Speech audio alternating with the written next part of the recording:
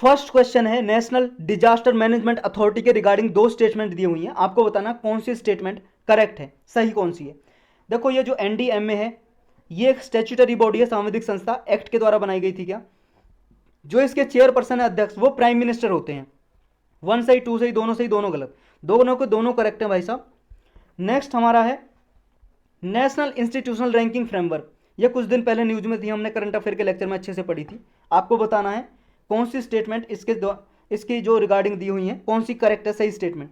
जो NIRF है ये हायर एजुकेशन के लिए रैंकिंग निकाली जाती है, हायर एजुकेशन के लिए। और कौन रिलीज करता है, मिनिस्ट्री ऑफ एजुकेशन इस रैंकिंग को निकालती है।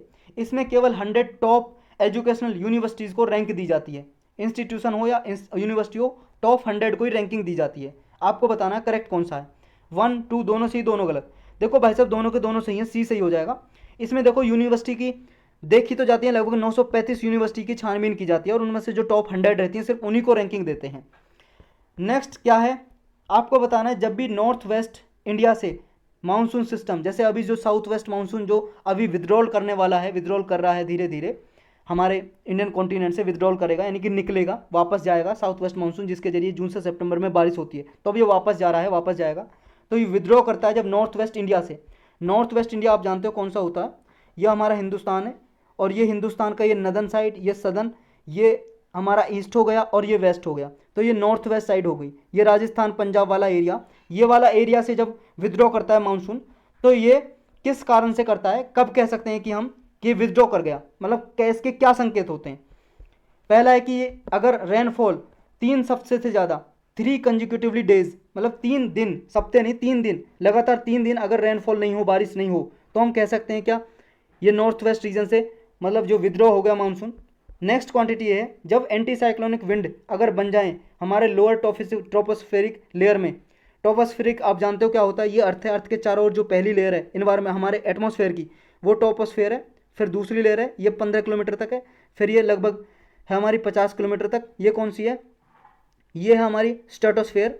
और फिर आती है मीजोस्फेयर और फिर एक्सोस्फेयर, आप जानते होंगे।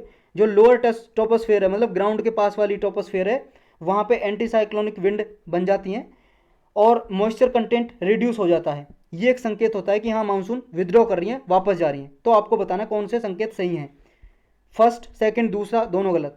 देखो भाई साहब इसमें सेकंड सही है, पहला गलत है, क्योंकि लगातार 3 दिन बारिश ना हो, लगातार सप्ते भी ना हो, तब भी चल जाता है। और ये ऐसा कुछ क्राइटेरिया नहीं होता 3 दिन का। आपने देखा होगा वैसे भी मानसून सीजन में कभी कभी 10 दिन 15 दिन भी बारिश नहीं होती, फिर बारिश हो जाती है, तो मानसून तो चलता ही रहता है। तो हमारा केवल 2 सही हो जाएगा, बी आंसर करेक्ट है इसमें। नेक्स्ट आपको बताना है, एक सर्वे हुई थी latest, all India debt and investment survey, मतलब कितने हमारे इंडिया में इन्वेस्टमेंट है और कितना कर्ज है, कितना निवेश होता है, इसके रिगार्डिंग कौन सर्वे को कंडक्ट कराता है, ये बताना है कौन कराता है इस सर्वे को। NSO, NITI Aayog, ministry of finance, RBI।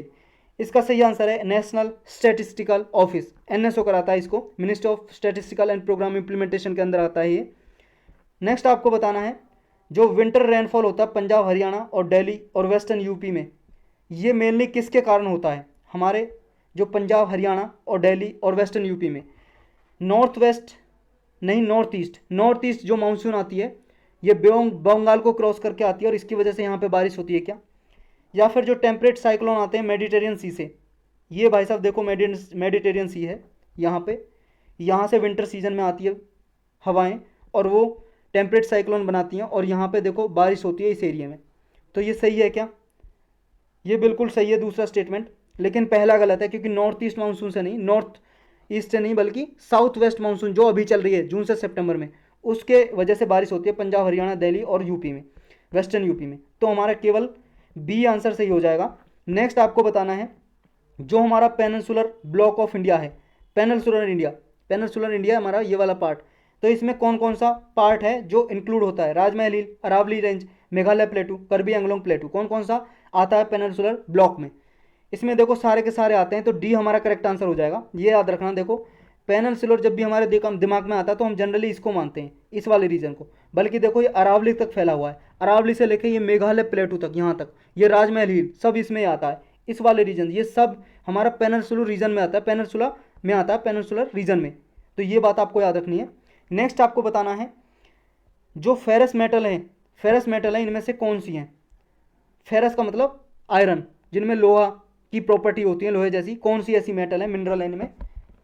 Bauxite, निकल, कॉपर, कोबाल्ट। 1 2 4 2 3 4 1 2 3 4 या 2 4।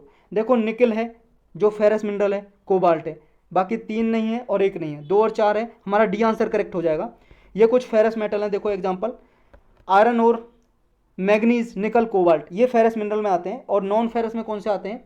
ये जो लिखे हुए हैं आपके सामने, गोल्ड है, सिल्वर है, कॉपर है, लीड है, बॉक्साइट, टीन, मैग्नीशियम, ये सब नॉन फेरस मेटल में आते हैं। और इसी के साथ हमारा लेक्चर समाप्त।